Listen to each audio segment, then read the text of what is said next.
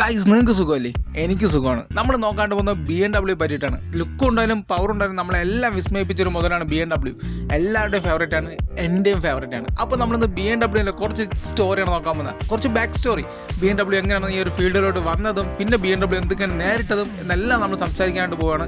അപ്പോൾ നമ്മുടെ ചാനൽ ആദ്യമായിട്ടാണ് കാണുകയാണെങ്കിൽ സബ്സ്ക്രൈബ് ചെയ്ത് സപ്പോർട്ട് ചെയ്യുക. പിന്നെ നമ്മൾ ഔഡിയോ പറ്റി പകാനെ പറ്റി പണ്ടൊരു വീഡിയോ ചെയ്തിട്ടുണ്ട്, അതും കൂടെ പോയി ഒന്ന് സപ്പോർട്ട് ചെയ്തേക്ക്. നമ്മളിപ്പോൾ ജോമോങ്കാസിനെ പറ്റിയിട്ടാണ് വീഡിയോ ചെയ്തുകൊണ്ടിരിക്കുന്നത്. ഇനി ജോമോങ്കാസിൻ്റെ കഴിഞ്ഞ അടുത്ത് ഏത് കൺട്രിയുടെ കാറുകളെ പറ്റി സംസാരിക്കണമെന്ന് മറക്കാതെ കമൻറ്റ് ചെയ്യും. നമുക്കപ്പോൾ നേരെ വീഡിയോയിലോട്ട് പോകാം.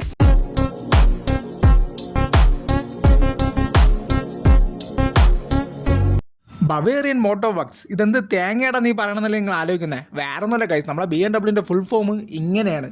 1916 ആദ്യമായിട്ട് BMW സ്ഥാപിതമാവുന്നത്. പിന്നെ 1920 അവർ ആദ്യത്തെ മോട്ടോർ സൈക്കിൾ അവർ നിരത്തുകളിൽ ഇറക്കിയാണ്.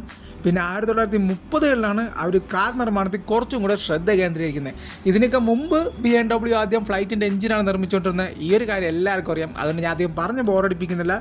1930 തന്നെയാണ് അവരുടെ 303-ഉം 326-ഉം 328 മോഡലുകൾ നമ്മുടെ നിരത്തുകളിൽ ഇറങ്ങി തുടങ്ങിയത്.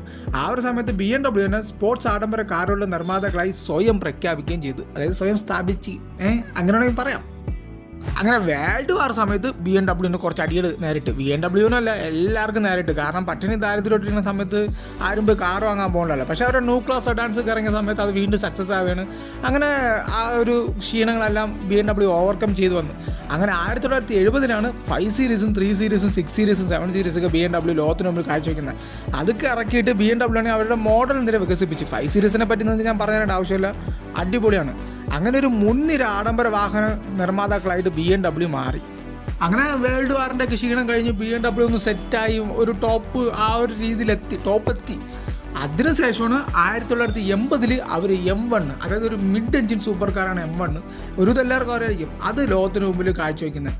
പിന്നെ അതും കഴിഞ്ഞ് 2006 ടെർബോ ചാർജർ പെട്രോൾ എഞ്ചിനും ലോകത്തിന് മുമ്പിൽ അവർ കാഴ്ചവെക്കുന്നത്.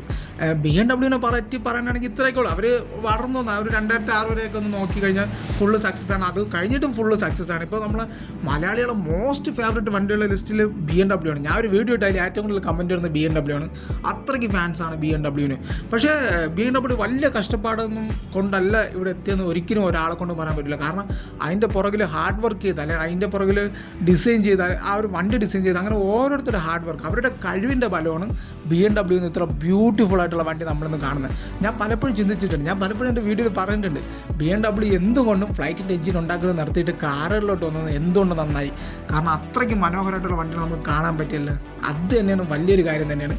അപ്പോൾ എന്തായാലും നമ്മളെ ചാനൽ ഇഷ്ടപ്പെട്ട മറക്കുക സബ്സ്ക്രൈബ് ചെയ്യും. പിന്നെ ഞാൻ പറഞ്ഞ നമ്മൾ ഓഡിയോ പറ്റിയും പകാനെ പറ്റിയും വീഡിയോ ഇട്ടിട്ടുണ്ട്, അതും കൂടെ ഒന്ന് സപ്പോർട്ട് ചെയ്തേക്കാം. അപ്പോൾ അടുത്ത വീഡിയോ കാണാം. Bye bye.